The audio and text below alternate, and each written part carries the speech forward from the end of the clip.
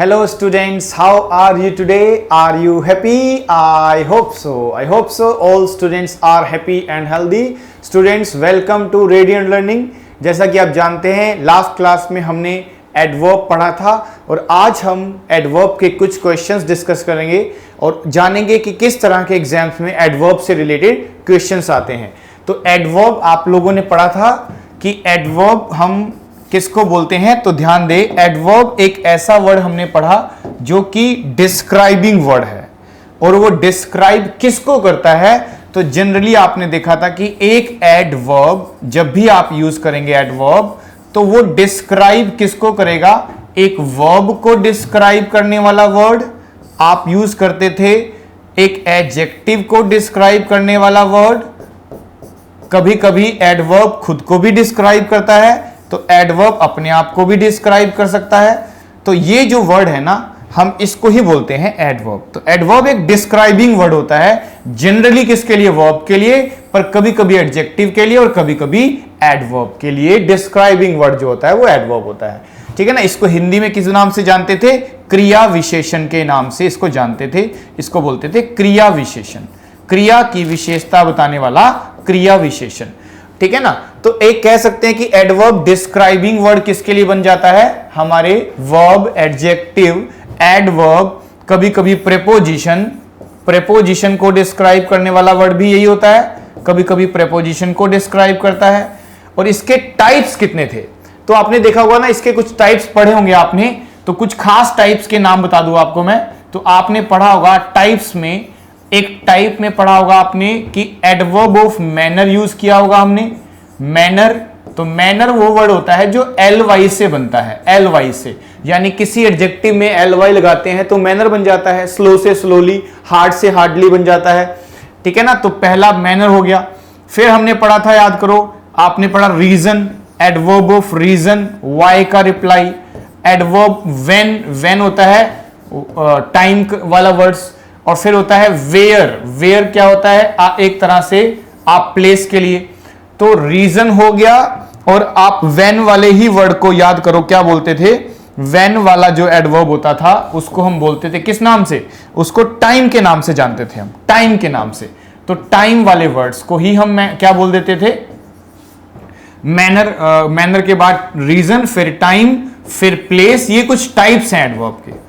Adverb of place होता था, adverb of time हो गया, एडवर्ब ऑफ रीजन हो गया, एडवर्ब ऑफ मैनर हो गया।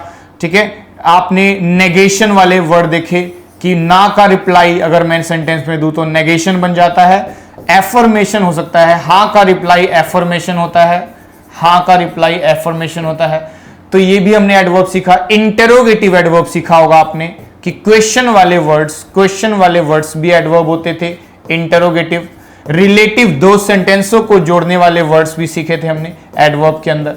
ठीक है ना। ये चीज ध्यान रखना एडवर्ब की। और सबसे खास था इसका जो फ्रीक्वेंसी वाले वर्ड होते हैं, आप ऑफन यूज करते हो, जनरली, यूजली, ऐसे वर्ड्स फ्रीक्वेंसी दिखाते हैं कितनी बार।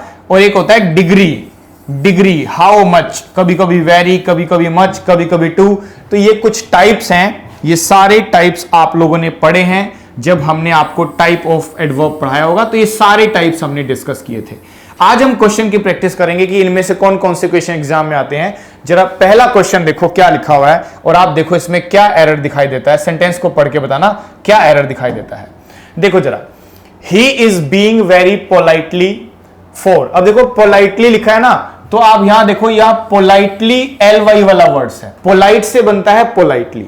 तो इससे क्या समझ में आता है, इससे समझ में आता है कि एल वाई वाले वर्ड एडवर्ब होते हैं। ठीक है ना। अब लेकिन प्रॉब्लम यह है कि वह है, तो यहां पे जो मेन वर्ब है वो क्या लिखा हुआ है, बी।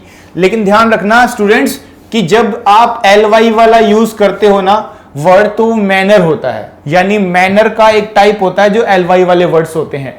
लेकिन आप ध्यान देना कि कभी कभी ना सेंस से रिलेटेड वर्ब, कोई सेंस से रिलेटेड वर्ब आ जाए। सेंस का मतलब जैसे कि मान लो हम अपने नोज का यूज किसके लिए करते हैं, स्मेल करने के लिए। तो स्मेल एक कैसी वर्ब हो गई, सेंस वाली वर्ब हो गई। जीभ का यूज टेस्ट करने के लिए करते हैं, टेस्ट भी कैसी वर्ब हो गई हमारी, एक तरह से सेंस वाली वर्ब हो गई। साउंड, सुनने से रिलेटेड, कानों से रिलेटेड वर्ब हो गई। तो कहने का मतलब जब हम कभी भी कौन सी वर्ब यूज करते हैं अपने सेंस से रिलेटेड, या फिर कह सकते हैं कि जिसमें एक्शन नहीं होता है, नॉन एक्शन वर्ब, उसमें कोई एक्शन नहीं हुआ, नॉन एक्शन वर्ब, जैसे कि बी हो गया। बी का मतलब सिर्फ होना होता है, होना है, करना नहीं है उसका मतलब, तो ये नॉन एक्शन वर्ब हो गई। नॉन एक्शन, कभी कभी आप हैव वर्ब यूज करते हो पोजीशन दिखाने के लिए, उसमें भी कोई एक्शन नहीं होता। प्ले करोगे एक्शन होगा, गो करोगे एक्शन होगा, उसमें एक्शन है, लेकिन नॉन एक्शन वर्ब बी हो गई। तो 2 पॉइंट, एक सेंस वाली वर्ब और एक non action verb. Be, have, और कौन कौन सी हो सकती है आपकी, आप यूज कर सकते हैं इसमें रिमेन। रिमेन का मतलब क्या होता है, एक ही हालात में रहना, ठीक है जी। टर्न, टर्न का मतलब बदलना, तो ये नॉन एक्शन वर्ब है। अगर ये नॉन एक्शन वर्ब है, रिमेन हो गया, टर्न हो गया, सीम हो गया, प्रतीत होना, सीम आप यूज कर सकते हो, लुक, ये वर्ब्स। इन वर्ब्स को याद रखना, ये वर्ब्स खास हैं। स्मेल हो गया, टेस्ट हो गया, साउंड हो गया, बी, हैव, रिमेन, और आप टर्न यूज करते हो, सीम, लुक।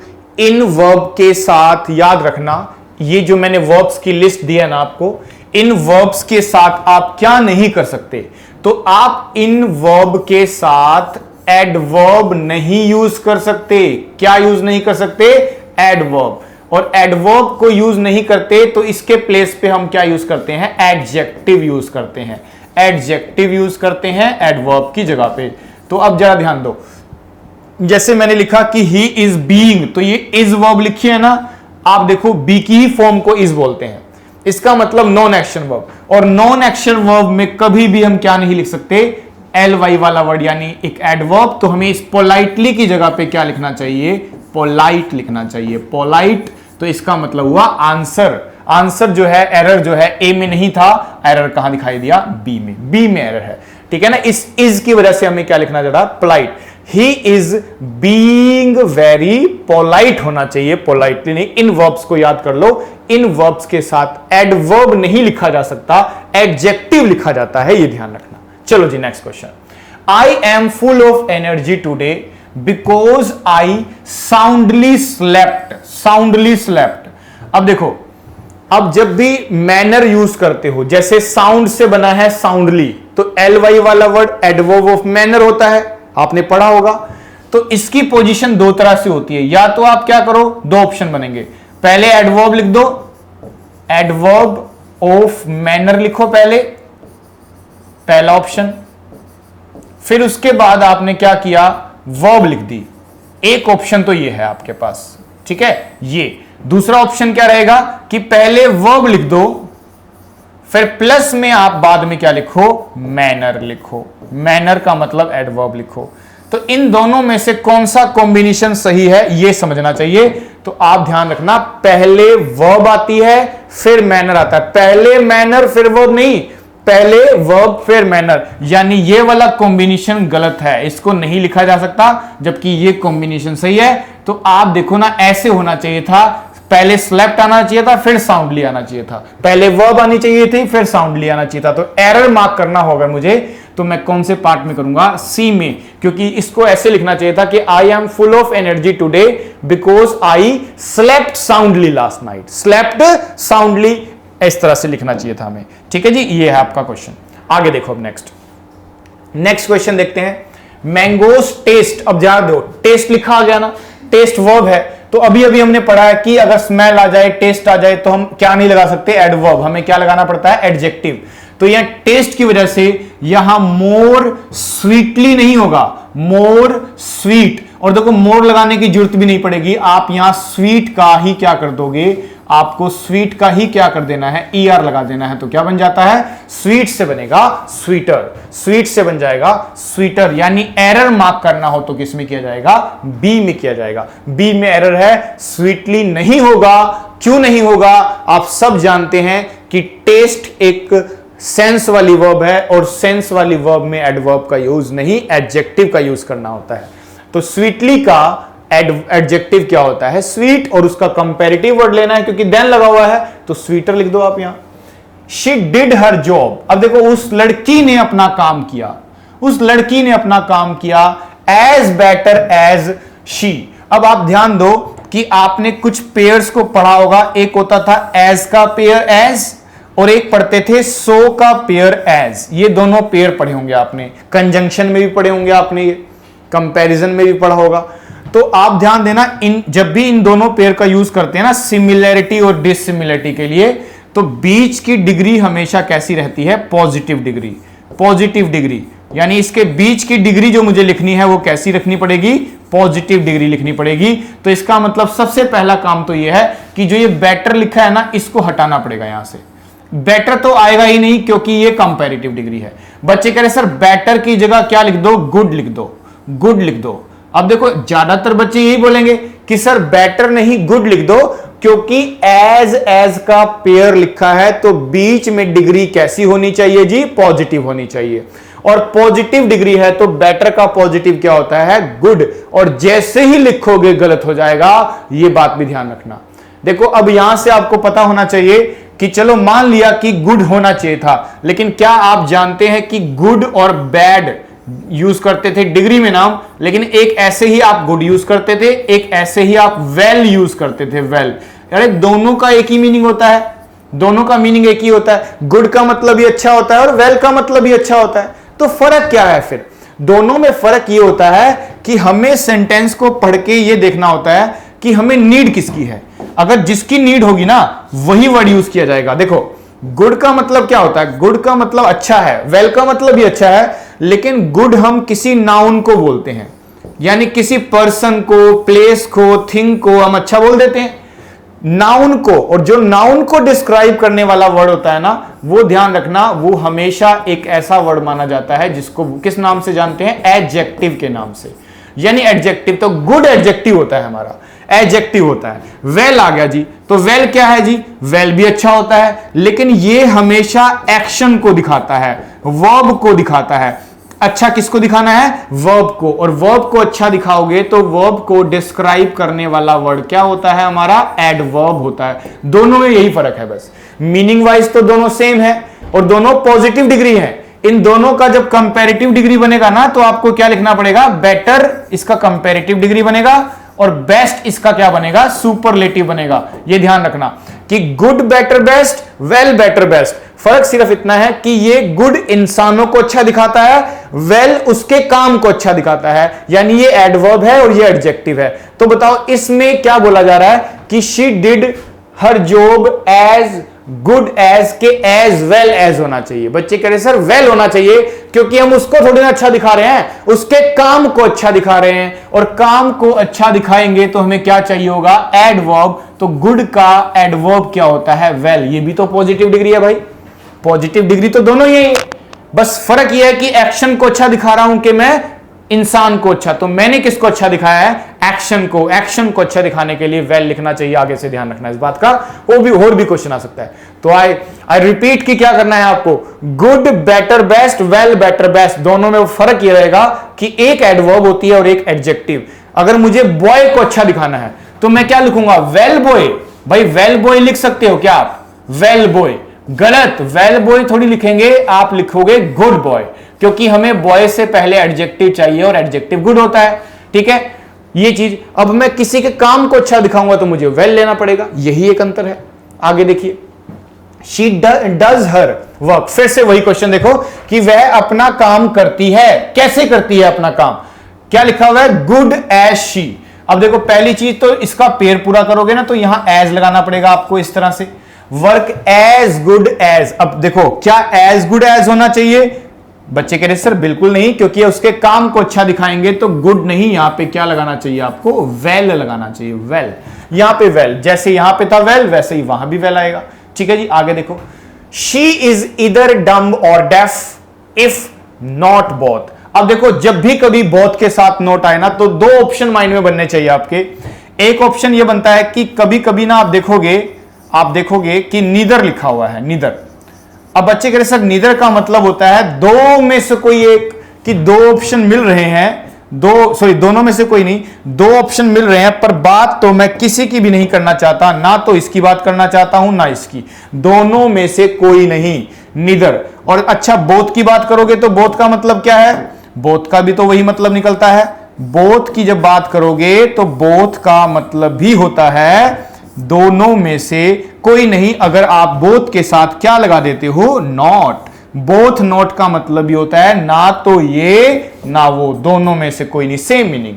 लेकिन दोनों का जब मीनिंग सेम है तो फिर फर्क क्या है, फर्क यह है कि ग्रामेटिकली ध्यान रखना, नीदर के साथ तो नोट लगा नहीं सकते, वो तो पहले से नेगेटिव है, लेकिन बोथ के साथ तो नोट लगाते ही हैं।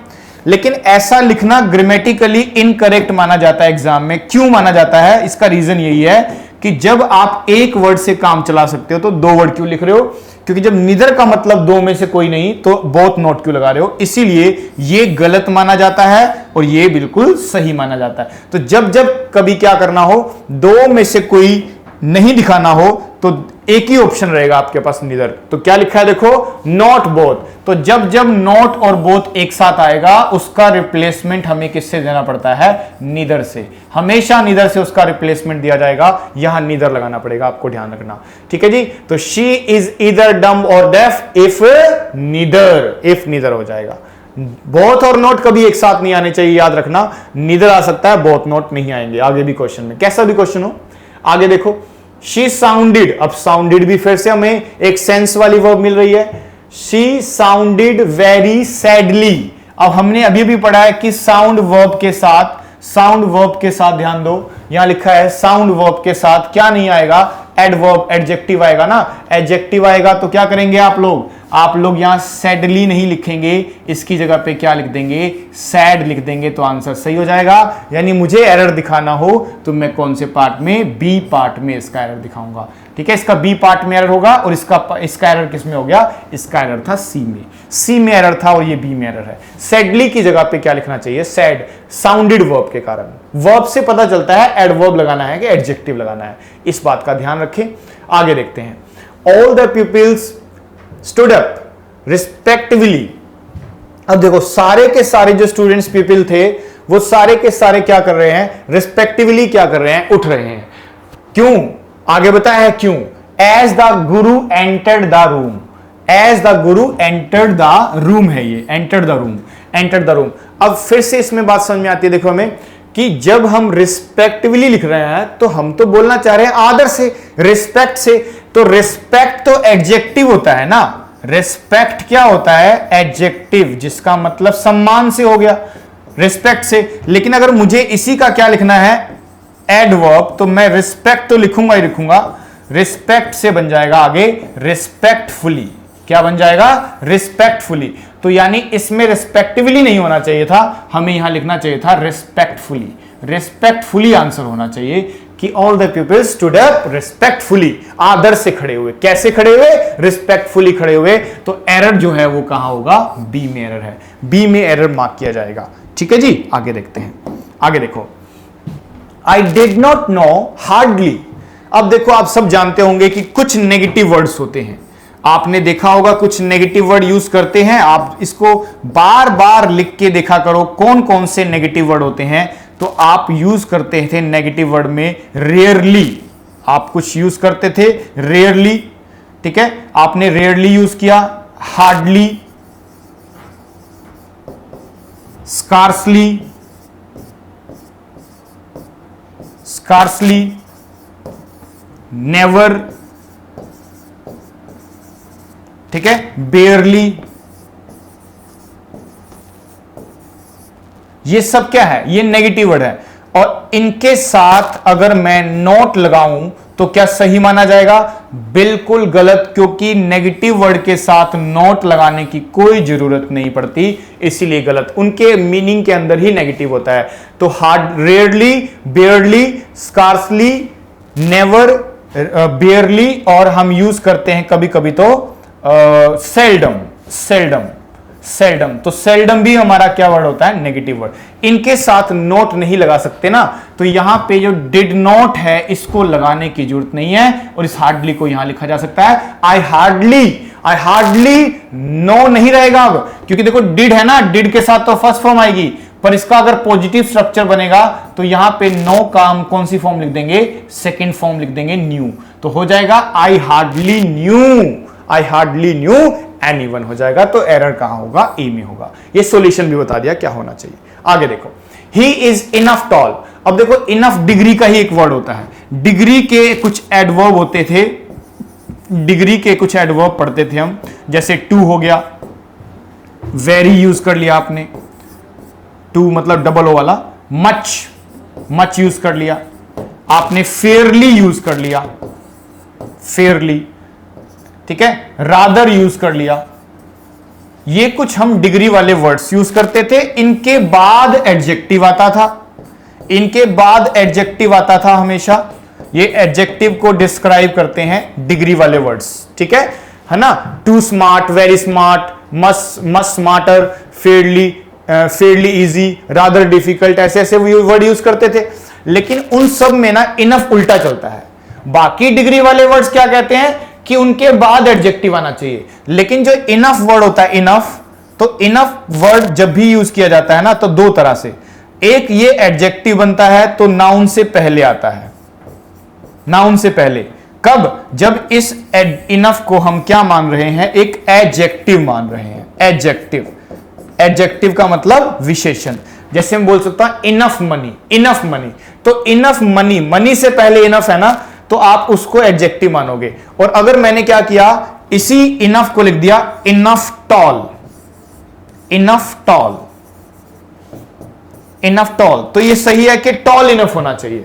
तो आप ध्यान रखना, वैसे सारे वर्ड के बाद एडजेक्टिव आता है, लेकिन जब मैं इसको एडवर्ब समझ रहा हूं तो आप इसको इस तरह से लिखोगे तो गलत हो जाएगा। आपको लिखना चाहिए टॉल इनफ, टॉल इनफ, यानी पहले एडजेक्टिव आएगा फिर एडवर्ब आएगी, यानी इसका रूल है ये। तो आपको टॉल इनफ लिखना चाहिए। तो ये जो लिखा हुआ है इनफ टॉल गलत है, हमें लिखना चाहिए टॉल फिर आएगा इनफ, यानी इनफ एक ऐसा एडवर्ब है जो एडजेक्टिव के बाद आता है, तो एरर ए में माना जाएगा, ए में एरर है। ठीक है जी, आगे देखो, I refuse to accompany him, I refuse to accompany him because he was so boring, so boring. अब यहां से आपके मन में डाउट आएगा कि सर वेरी और सो में क्या अंतर है, वेरी और सो में क्या अंतर है। तो देखो, वेरी एक कंप्लीट वर्ड होता है, इसको कैसा वर्ड बोलते हैं हम लोग, कंप्लीट वर्ड। ये एक कंप्लीट वर्ड माना जाता है, इसको अलग से कुछ और जरूरत नहीं है। अगर वेरी है ना, अगर वेरी, तो सेंटेंस खत्म हो जाता है। तो आप देख भी पा रहे हो कि आगे सेंटेंस लिखा भी नहीं हुआ है, तो इसका मतलब। और सो क्या होता है, सो एक इनकम्प्लीट वर्ड होता है। सो को हम कैसा वर्ड मान के चलते हैं, एक इनकम्प्लीट वर्ड। इनकम्प्लीट वर्ड होने के कारण आप जब भी सो यूज करते होंगे ना, तो आप आगे जाके सो का एक पेयर यूज करते होंगे जिसको बोलते हैं दैट, दैट यूज करते होंगे जरूर, ठीक है ना। इस वेरी का मतलब हिंदी में क्या होता था, बहुत ज्यादा, कितना ज्यादा, बहुत ज्यादा। और इस सो का मतलब होता है इतना, इतना। तो इसीलिए ना सो का मतलब इतना है, वेरी का मतलब बहुत ज्यादा है। तो अब मैं क्या बोल रहा जा रहा हूं कि ही वॉज सो बोरिंग कि ही वॉज वेरी बोरिंग, कि वह इतना बोरिंग है कि वह बहुत ज्यादा बोरिंग है। तो क्योंकि ना आगे मुझे दैट तो लगाया नहीं है ना, दैट लिखा नहीं है, तो यहां सो थोड़ी ना आएगा, सो की जगह पे क्या आएगा, वेरी आएगा। सो की जगह पे वेरी आना चाहिए जब सेंटेंस खत्म हो जाता है। आगे दैट लिखा होता तो लगाते। जैसे देखो एग्जांपल, एक में लिखा है कि शी इज वेरी बोरिंग, नहीं सॉरी, शी इज वेरी, हम लिखते हैं एक सेंटेंस आपके लिए, शी इज सो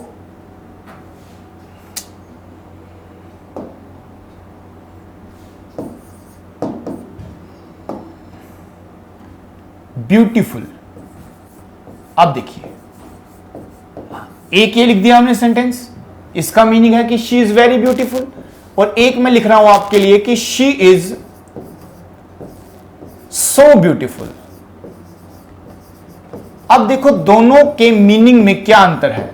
हालांकि हमारे हिसाब से दोनों सही है, क्योंकि दोनों का मतलब क्या है, वो बहुत ज्यादा सुंदर है। शी इज वेरी ब्यूटीफुल का मतलब ही वो बहुत ज्यादा सुंदर है, शी इज सो ब्यूटीफुल का भी मतलब वो बहुत ज्यादा सुंदर है, गलत सोचते हो आप। So can not replace very and very can not replace so, ये दोनों एक दूसरे को रिप्लेस नहीं कर सकते, दोनों का मीनिंग अलग अलग है। अब सो का मतलब क्या होता है? इतना। सो का मतलब है इतना, इतना या इतनी, इतना या इतनी। वेरी का मतलब क्या है? बहुत ज्यादा, बहुत ज्यादा। वेरी कंप्लीट वर्ड है, सो इनकंप्लीट वर्ड है, इसको पूरा करना पड़ता है। तो जब मैं लिखता हूं शी इज वेरी ब्यूटीफुल कि वह बहुत ज्यादा सुंदर है, सेंटेंस सेंस देता है, इसका मतलब कोई दिक्कत नहीं है, बिल्कुल सही है। लेकिन शी इज सो ब्यूटीफुल का मतलब है इतनी सुंदर है, इसका मतलब क्या है? वह इतनी सुंदर है। तो बताना नहीं पड़ेगा कितनी सुंदर है, आपको बताना पड़ेगा कि वह इतनी सुंदर है, इतनी सुंदर है, इतनी सुंदर है that she can not be your friend. वो इतनी ज्यादा सुंदर है कि आपकी दोस्त नहीं बन सकती, इतनी सुंदर है कि आपकी दोस्त नहीं बन सकती है। तो देखो ना, सो ब्यूटीफुल का मतलब क्या? इतना। वह इतनी सुंदर है कि आपकी दोस्त नहीं बन सकती। जैसे ही सो आया मुझे क्या लेना पड़ा? दैट लेना पड़ा, इसीलिए बोला था इनकंप्लीट है। तो जरा देखो, यहां कंप्लीट वर्ड है ना, आगे कुछ लिखा नहीं है, तो हमें क्या लिखना चाहिए था? सो की जगह वेरी लिखना चाहिए, क्योंकि मीनिंग तो वेरी का बन रहा है यहां पे। ये फर्क होता है सो और वेरी में। आगे देखो, आई सी हिम ऑफन। अब देखो, ऑफन तो फ्रीक्वेंसी वाला वर्ड होता है। फ्रीक्वेंसी वाले वर्ड कौन कौन से यूज करते थे आप? जैसे ऑफन हो गया, आप कभी कभी ऑफन की जगह यूज कर लेते हैं यूजली, कभी कभी यूज कर लेते होंगे जनरली, ऑलवेज, समटाइम्स, नेवर। कुछ नेगेटिव वर्ड भी है, रेयरली, बेयरली। तो ये जो वर्ड्स है ना, ये वर्ड्स हार्डली हो गया, स्कार्सली हो गया, हार्डली, स्कार्सली। तो ये जो वर्ड्स यूज करते हैं, इन वर्ड्स को हमेशा ध्यान रखें, वर्ब से पहले लगाते हैं, मेन वर्ब से पहले, बाद में नहीं आता है। देखो जरा, यहां सी मेन वर्ब है, ओफन बाद में लिखा है, गलत। हमें लिखना चाहिए था इसको कि आई ओफन, पहले ओफन आएगा फिर सी आएगा, आई ओफन सी हिम, ऐसे होना चाहिए। यानी ये गलत होगा अगर मैं लिखता हूं कि आई सी ओफन हिम, वो भी गलत है और ये भी गलत है। आपको पहले ओफन लिखना है फिर सी, पहले ये वर्ड्स लिखे जाएंगे जो लिखे हैं सारे के सारे, इन वर्ड्स के बाद वर्ब आती है तो एरर ए में माना जाएगा। इनकी पोजीशन गलत है, पोजिशनल एरर है ये। ऑफन फ्रीक्वेंसी वाला वर्ड है, इनके बाद वर्ब आती है, इनसे पहले वर्ब नहीं लिखनी चाहिए। ठीक है जी।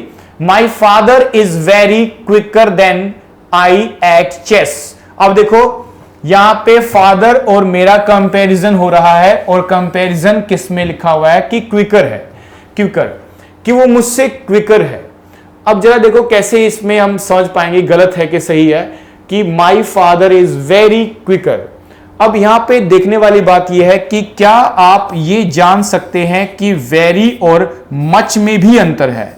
देखो, दोनों एक साथ लिखोगे कोई दिक्कत नहीं है, वेरी मच एक साथ लिख दो कोई प्रॉब्लम नहीं है, लेकिन अगर अलग अलग लिखते हैं तो दोनों में अंतर होता है। कि वेरी एक ऐसा वर्ड है जो कि पॉजिटिव डिग्री के साथ एडजस्ट करता है। कौन सी डिग्री के साथ? Positive degree.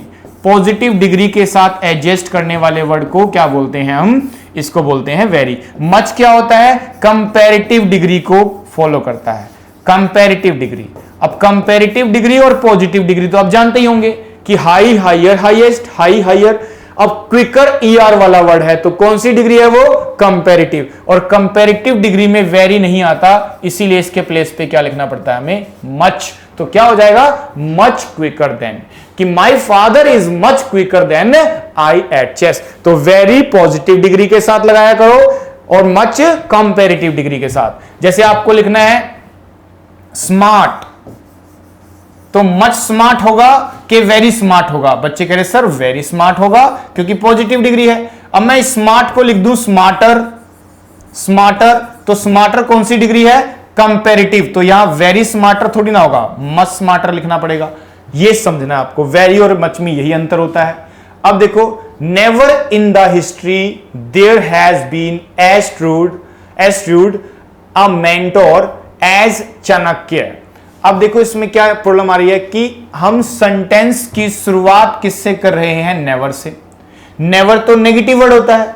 अगर एक सेंटेंस की शुरुआत ही आपने किससे कर दी है? एक नेगेटिव वर्ड से कर दी है, तो नेगेटिव वर्ड से जब जब सेंटेंस शुरू होता है तो इन्वर्जन फॉलो करना होता है। क्या फॉलो करना होता है बच्चों? इन्वर्जन। आपने काफी बार देखा होगा। और इन्वर्जन की कंडीशन होती है कि वो सब्जेक्ट नहीं, वो उसकी कंडीशन दो लिखी दिखाई देगी आपको, एक गलत और एक सही। देखो इन्वर्जन के बाद एक रूल ये दिखाई देगा कि सब्जेक्ट लिखा होगा और आपकी हेल्पिंग वर्ब लिखी होगी, फिर उसके बाद वर्ब है नहीं है कोई फर्क नहीं पड़ता। ये एक कंडीशन। दूसरी कंडीशन की पहले हेल्पिंग वर्ब लिखी मिलेगी, फिर आपको सब्जेक्ट लिखा मिलेगा। ठीक है, इन दोनों में से क्या है कि एक सही कॉम्बिनेशन है और एक गलत कॉम्बिनेशन है। तो कभी भी नेगेटिव वर्ड से स्टार्ट करो ना, तो आपको सब्जेक्ट पहले नहीं लिखना चाहिए, ये गलत है। हमेशा पहले हेल्पिंग वर्ब लिखनी चाहिए, ये सही माना जाता है। ये ध्यान रखना, ये ध्यान रखना कि ये वाली कंडीशन अगर आपको ध्यान देनी पड़ेगी। आप ध्यान रखना कि जब जब इन्वर्जन आएगा, देखो पहले नंबर पे नेवर आ गया ना, तो यहां से लेके यहां तक तो ये एक ऑब्जेक्टिव पार्ट बन गया। इससे शुरुआत कर रहे हो तो पहले देर आएगा कि पहले हैज आएगा? उल्टा हो जाएगा। पहले हमें हेल्पिंग वर्ब लिखनी चाहिए हैज, फिर हमें देर लिखना चाहिए। तो इसका मतलब एरर कहां हो गया? बी पार्ट में। बी पार्ट में इन्वर्जन का एरर हो गया। इन्वर्जन का एरर है बी पार्ट में, यह ध्यान रखना। ठीक है जी, आगे देखते हैं नेक्स्ट क्वेश्चन। She nose. अब देखो नोस वर्ब के बारे में जान लो कि नो एक ऐसी वर्ब होती है जो कि WH फैमिली की डिमांड करती है। नो वर्ब, देखो नो अकेला लिखा है तो कोई दिक्कत नहीं है। नो, आई नो यू, मैं आपको जानता हूं, कोई प्रॉब्लम नहीं है। अब मैं बोलता हूं कि मुझे डांस करना आता है, आपको इसको कैसे ट्रांसलेट करेंगे? आप कहोगे sir I know how to dance. दो वर्ब जब आती है ना, एक नो और एक और वर्ब आ रही है, तो उसमें क्या होता है कि नो कहता है कि आप कोई भी एक क्वेश्चनिंग वर्ड उससे पहले लिखो, चाहे वो वेयर लिखो चाहे वो हाउ लिखो। हाउ और वेयर में से कोई एक आपको वर्ब WH फैमिली वर्ड लेना पड़ता है नो के साथ, नो के साथ। और आगे जाके ये WH फैमिली जीरेंट को फॉलो नहीं करते हैं, 2 प्लस फर्स्ट फॉर्म को। और 2 प्लस फर्स्ट फॉर्म को हम किस नाम से जानते थे? इन्फिनेटिव के नाम से। 2 प्लस फर्स्ट फॉर्म को हम किस नाम से जानते हैं? इन्फिनेटिव के नाम से। तो यानी ये जो नो है, यहां पे लिखा है राइडिंग अ हॉर्स, कि मुझे राइडिंग करना आता है, तो हम क्या करेंगे? इस नो के बाद हाउ लगाएंगे। और यहां राइडिंग आ नहीं सकता ना, तो ये बी में एरर है, राइडिंग नहीं आएगा, टू राइड लिखना पड़ेगा आपको। टू राइड, टू राइड, क्योंकि नो के साथ 2 प्लस फर्स्ट फॉर्म आती है। तो आप देखो नो आ गया। जैसे मुझे नहीं पता कहां जाना है, I don't know where to go. Where to go भी हो सकता है और आप हाउ भी लिख सकते हो।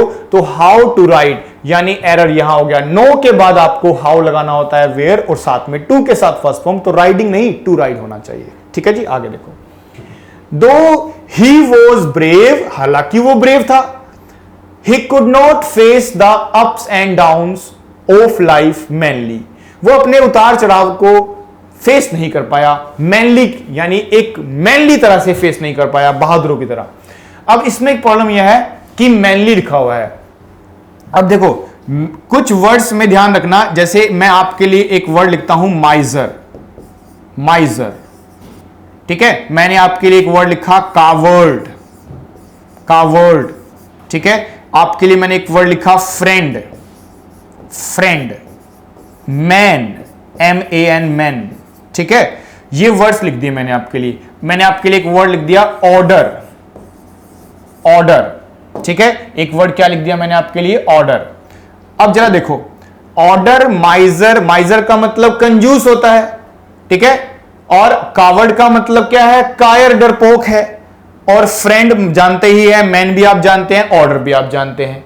ठीक है ना, तो ये जो वर्ड्स लिखे हैं हमने, इन वर्ड्स में आप ध्यान देना, इनको ग्रामेटिकली क्या नाम दोगे ये बहुत जरूरी है जानना। एग्जाम में क्वेश्चन आ जाता है इससे लेकर के। तो बच्चे कह रहे सर इन वर्ड को आप सीधे ही क्या बोल दो? नाउन बोल दो। क्यों? क्योंकि फ्रेंड भी नाउन होता है, मैन भी नाउन होता है। कावर्ड में आपको लग रहा होगा ये एडजेक्टिव है, नहीं, ये कोई क्वालिटी नहीं। कावर्ड का मतलब होता है कायर व्यक्ति, ऐसे ही माइजर का मतलब होता है कंजूस व्यक्ति, और ऑर्डर का मतलब तो ऑर्डर ही होता है। तो आप ये ध्यान रखना, इनको नाउन बोलते हैं। ये नाउन है, अभी नाउन। बच्चे कह रहे सर अगर ये नाउन है तो फिर इनका एडजेक्टिव क्या होगा, बताओ जरा। तो अगर मैं इन्हीं नाउन का एडजेक्टिव बनाना चाहूं तो मुझे एडजेक्टिव बनाने के लिए क्या चाहिए होगा। कभी कभी आपको लगता होगा ना कि ly वाले वर्ड एडवर्ब होते हैं, मैनर वाले। ऐसा नहीं है, 99.9% ऐसा ही होता है कि वर्ड ly से एडवर्ब बन जाता है, पर कभी कभी ly वाला वर्ड कुछ और भी तो बन सकता है। तो अब ध्यान रखना, जैसे ही ऑर्डर से मैं ly लगाऊंगा, ऑर्डर में क्या लगा दूंगा, ly, तो क्या बन जाएगा, ऑर्डरली। मैंने माइजर में लगाया तो क्या बन गया, माइजरली। ठीक है, कावर्ड में बनाया तो क्या बन गया, कावर्डली। फ्रेंड में लगाया तो ये आपकी रेंज में रहेगा। देखो आप बोलते तो हो फ्रेंडली, क्या बोलते नहीं हो, फ्रेंडली मैच, मैच से पहले फ्रेंडली बोलते होगे, तो वो एडजेक्टिव ही तो है, बस कुछ वर्ड आपके लिए नए हैं इसलिए आपको अजीब लग रहा है। अब देखो मैन, तो मैन का क्या होता है जी, मैनली। अरे यही तो लिखा है, देखो वहां मैनली, मैनली। लेकिन दिक्कत यह है कि ये तो लिखा हुआ है कि वह ब्रेव था, he could not face the ups and down, ups and down को फेस नहीं कर सका। और कैसे फेस नहीं कर सका, आप देख लो, कैसे फेस नहीं कर सका, मैनली। एडवर्ब आ गया, हमें लग रहा है एडवर्ब, लेकिन एडवर्ब नहीं है, वो एडजेक्टिव है, उसको बनाना पड़ेगा एडवर्ब आपको। आप देखो यहां एडवर्ब चाहिए आपको, लेकिन लिखा नहीं है, लग रहा है ly है लेकिन गलत है। आपको याद रखना कि जब भी हम ऐसे वर्डों का एडवर्ब बनाते हैं, ऐसे वर्डों, खास वर्ड है ये, खास वर्ड, ऐसे वर्ड का जब भी हम क्या बनाते हैं, एडवर्ब बनाते हैं, तो हमें हमेशा क्या लगाना पड़ता है, इन अ ऑर्डर का बन जाएगा आपका इन अ ऑर्डरली मैनर। इस तरह से क्या बन गया इसका, एडवर्ब। ऐसे सेम माइजर का क्या बन जाएगा, इन अ माइजरली मैनर, ये इसका क्या बन जाएगा, एडवर्ब। फिर आता है कावर्ड, क्या बन जाएगा, इन अ कावर्डली मैनर। यानी सेम वही तरीके से आपको यूज करना है। फ्रेंड का क्या बन जाएगा, इन अ फ्रेंडली मैनर, ये बन जाएगा इसका एडवर्ब। फिर आता है आगे मैन, तो क्या हो जाएगा, इन अ मैनली मैनर। और मिल गया हमें अपना आंसर, क्या हमें करना चाहिए था, इन अ मैनली मैनर। तो यानी यहां मैनली से काम नहीं चलेगा, सुन लो, मैनली एडवर्ब नहीं है, एडजेक्टिव है। इसको एडवर्ब बनाने के लिए हमें क्या लिखना पड़ेगा, इन अ मैनली मैनर, ये लिखना चाहिए इसको एडवर्ब बनाने के लिए। तो एरर जो है वो सी में माना जाएगा, सी में एरर है, ध्यान रखना। ये नाउन, ये एडजेक्टिव ly लगाने, ly से एडवर्ब नहीं बन रहे ये वर्ड्स, ly से ये वर्ड क्या बन रहे हैं हमारे, एडजेक्टिव। एडवर्ब तब बनेंगे जब इनमें क्या लगा जाएगा, इन अ या फिर मैनर लगाओगे साथ में। ठीक है जी, अब इसको देख लो, वी सेल्डम और एवर। देखो सेल्डम और लगा है ना, तो दोनों में से कोई एक है। ये नेगेटिव वर्ड है, ये पॉजिटिव वर्ड है, ये कॉम्बिनेशन नहीं होता सही, इसीलिए एवर नहीं, हमें यहां नेगेटिव वर्ड लेना पड़ेगा, दैट इज नेवर। यानी ऐसे लिखना चाहिए, वी सेल्डम और नेवर। ये भी नेगेटिव तो ये भी नेगेटिव, या तो ये या वो, दोनों या तो पॉजिटिव होने चाहिए थे या दोनों नेगेटिव होने चाहिए थे। ठीक है जी, इसलिए आगे देखो, we should keep our belongings orderly. फिर से वही क्वेश्चन कि हमें अपने बिलोंगिंग्स को, रिलेटेड चीजों को रखना चाहिए, और कैसे रखना चाहिए, और कैसे का रिप्लाई एडवर्ब होता है। पढ़ने में लग भी रहा होगा आपको, ये ऑर्डरली लिखा हुआ है ly वाला वर्ड एडवर्ब नहीं है ना, इसको बनाना पड़ेगा, इन एन, ऑर्डर है ना, एन लगाना पड़ेगा, इन एन ऑर्डरली। इसमें भी ऐसे कर लेना, ऑर्डर में in an orderly, in an, O की साउंड आ रही है इसलिए, तो इन एन ऑर्डरली मैनर लिखना पड़ेगा। अब हुआ ये सही, तो एरर कहां मान लिया जाएगा, एरर होगा सी पार्ट में, सी पार्ट में एरर है। When she receive the good news she rain straightly. अब देखो कुछ वर्ड्स में ly नहीं लगाया जाता, या स्ट्रेटली नहीं, स्ट्रेट होना चाहिए, स्ट्रेट होना चाहिए, तो आंसर क्या हो जाएगा, बी। फास्ट से फास्टली नहीं, स्ट्रेट से स्ट्रेटली नहीं, ऑफन से ऑफनली नहीं होता है, ये गलत लिखा हुआ है, यहां स्ट्रेट होना चाहिए था, स्ट्रेटली नहीं होगा। You always come lately. अब लेटली का मतलब अलग है और लेट का मतलब अलग है। लेट का मतलब तो देरी से होता है, ठीक है, और लेटली का मतलब क्या होता है? लेटली का मतलब होता है हाल फिलहाल में, जस्ट लाइक रिसेंटली, जिसको आप क्या बोलते हो? रिसेंटली। तो लेटली का मतलब रिसेंटली और लेट का मतलब तो देरी से होता है। तो यहां पे बताओ, यू ऑलवेज कम लेटली नहीं, यू ऑलवेज कम लेट होना चाहिए, ये एरर है। ठीक है जी। You have acted nobler than all of us. Then लगा हुआ है, अगर देन लगा हुआ है तो यहां कंपैरेटिव वर्ड आएगा, लेकिन एक्ट, उसने काम किया और कैसे किया, हमें एडवर्ब चाहिए। एडवर्ब कैसे बनेगी? तो आप नोबल, नोबल लिखोगे ना तो नोबल में आपको ly लगाना पड़ेगा, ly, तो क्या बन जाएगा? नोबली। और नोबली के साथ कंपैरेटिव बनाने के लिए आपको क्या लिखना पड़ेगा? More, more nobly than all of us, इस तरह से चलना पड़ेगा। ठीक है जी।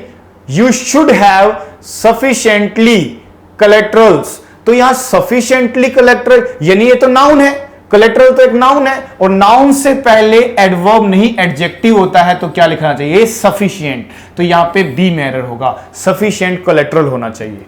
फिर आता है Veena worked very hardly. Hardly नहीं, हार्ड, मेहनत की बात करते हो तो क्या लिखना होता है हमें? हार्ड। मेहनत करने को क्या बोलते हैं? Work hard. तो वेरी हार्ड होगा, हार्डली नहीं। हार्डली तो नेगेटिव वर्ड होता है।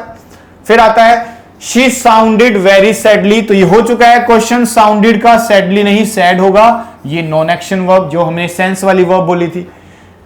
हर स्पीच वॉज क्लियरली नहीं, वॉज बी की फॉर्म होती है, नॉन एक्शन वर्ब, और नॉन एक्शन वर्ब में क्या नहीं आता? आप जानते हैं, एडवर्ब नहीं, एडजेक्टिव। तो क्लियरली नहीं होना चाहिए, क्लियर तो एरर कहां होगा? बी में एरर है, सॉरी बी में नहीं सॉरी, और ए में एरर है, ए में, क्योंकि ए का पार्ट है ये, तो ए में एरर है। फिर देखो नेक्स्ट, ये सारे क्वेश्चन देखो। अब आज की क्लास में हमने कितने सारे क्वेश्चन डिस्कस कर लिए, सारे एडवर्ब, कुछ चीजें समझी हमने। ये खास करके ध्यान रखना, ये खास वर्ड है, हर जगह पे रूल मत अप्लाई कर देना, कुछ खास नियम है ये। इस खास नियमों को ध्यान रखना कि इनको एडवर्ब ly से नहीं बनाया जाता, ly से तो एडजेक्टिव बनते हैं ये। आप इनको एडवर्ब बनाने के लिए मैनर वर्ड का यूज करते हो, साथ में ly वाला वर्ड यूज करते हो। ठीक है, तो आज की क्लास में हमने काफी डिटेल में चीजों को पढ़ा और क्वेश्चन की प्रैक्टिस करी। और वीडियो अच्छी लग रही है तो शेयर जरूर करना अपने फ्रेंड्स के बीच में। इसी तरह से वीडियोस को देखिए और इस बार एग्जाम को क्रैक करके दिखाइए। ठीक है जी, आज आप इतना करेंगे, अब नेक्स्ट क्लास में नया टॉपिक स्टार्ट करेंगे। Till then, good bye.